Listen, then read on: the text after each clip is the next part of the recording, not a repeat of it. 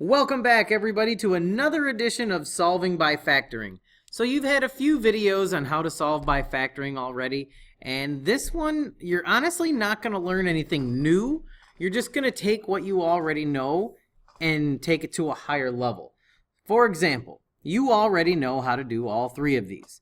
This first one is just an example of what multiplies to a negative 16 but adds to a negative 6. It's a negative 8 and a positive 2, but the difference is now we're talking about x to the fourth x squared and a constant instead of x squared x and a constant, which means it's still going to work out the exact same because what multiplies to x to the fourth is actually x squared and x squared. And then what multiplies to a negative 16 but adds to a negative 6 is a negative 8 and a positive 2. And it's still equal to 0. So see, it's nothing new. It's just that we started with a higher exponent. So we continued the exact same way. We take what's inside and we set it equal to 0. We take what's inside and we set it equal to 0. And you end up with x squared is equal to 8. So x is equal to plus or minus 2 root 2. And over here we subtract and we get x squared is equal to a negative 2. So x is equal to a plus or minus I root 2. So finally you're ended up with x is equal to plus or minus 2 root 2 and plus or minus I root 2. Now remember, we talked about this before. X to the fourth means you can have up to 4 solutions. Sometimes less, but sometimes only 4. You can't have any more than that. So I just wanted to show you that you do know how to do this. In this next example, you know how to do it as well. You have two terms, but they're not perfect cubes. So this is not the difference of cubes. This is a difference of two squares. So the difference of two squares, what you would say is what multiplies to a negative 16 but adds to 0. And that was going to be a positive 4 and a negative 4. But this time we have x squareds. And if we were to factor this over a set of complex numbers, then this right here would be x plus 2 and x minus 2. This guy would end up being x plus 2i and x minus 2i, but we're not factoring over the set of complex numbers. So at the moment, you know that is just x squared plus 4 because there is no difference or sum of two squares. And from here, you just solve. Set every one of those equal to 0, and you're going to have x is equal to a negative 2, a positive 2 from these, and then this becomes x squared is equal to a negative 4, so it's plus or minus 2i. Okay? And you can write that as x is equal to plus or minus 2 and plus or minus 2i, or you can actually just do negative 2, 2, negative 2i, and 2i. It doesn't matter. As long as you're listing the correct answers, you are good to go. So that's it for difference of two squares. Now this last one is going to have multiple forms of factoring in it. And the first thing that you're always supposed to look for is a greatest common factor after you get it equal to 0.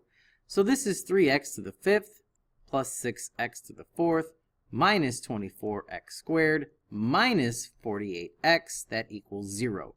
You can factor out a GCF of 3x, and that's going to leave you with x to the fourth plus 2x to the third minus 8x minus 16, and that's all equal to 0.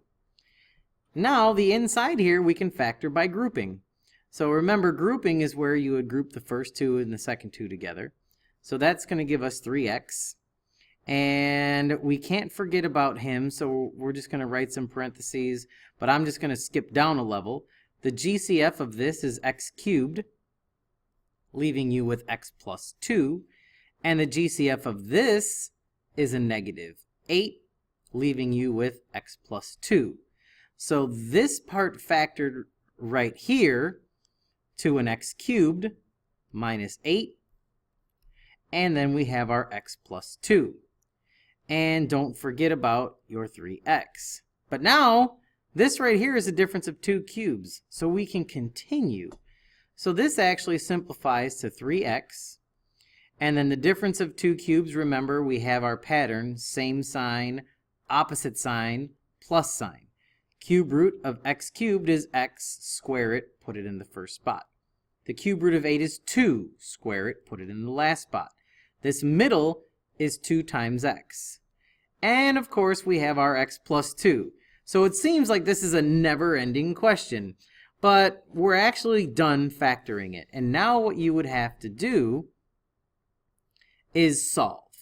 So the first part's easy. 3x is equal to 0, so x is 0. X minus 2 is equal to 0, so x is 2. X plus 2 is equal to 0, so it's also equal to a negative 2. And this is the part where you need to pick a new form of solving because that cannot be factored anymore. So remember, just because something can't be factored doesn't mean it can't be solved. So we're just going to take this guy, x squared plus 2x, and we're going to set it equal to a negative 4 because this can be done by completing the square or quadratic formula. The choice is yours. So half of 2 is 1, squared is 1, so we're going to add 1 over here as well. This can be written as x plus 1, quantity squared, is equal to a negative 3. Square root both sides, and you have x plus 1 is equal to plus or minus I root 3.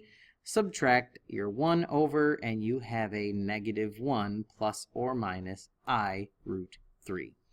So again, that entire question was done by first using a greatest common factor, GCF. Then we use grouping. Then we use the difference of two cubes. So in this one problem, you use 3 different forms of factoring before we were even allowed to solve. Okay? So just make sure that every form of factoring we've ever talked about, you know how to do at all times. And if so, not that bad. Okay? So that's it for this video on more factoring. This is Longo, and I'm out. See you, bye.